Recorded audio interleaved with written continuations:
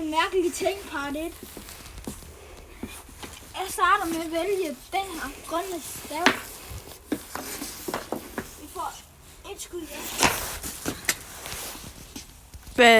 Hvor god er den? 2 ud af 10. Okay. Er det med den her stav? Ej, den er ikke særlig god. Skud? Ja. Nok 3. Så Okay. væk med den. En knækket stav med et andet blad. Bling. 4 ud af 10. Okay. Jeg prøver.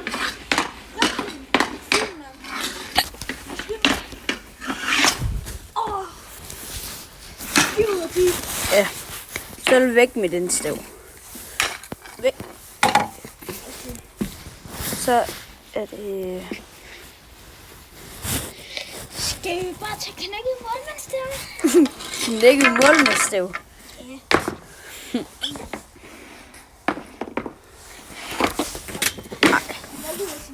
Så er det målmandsstav, som der er knækket blad. Du er god til at drible. Man kan ikke drible den her. Så... Ej. Det er 0 ud af 10. Den skal væk. Den skal væk. Nu tager vi mini-hockeystaven. En Hyperlight orange.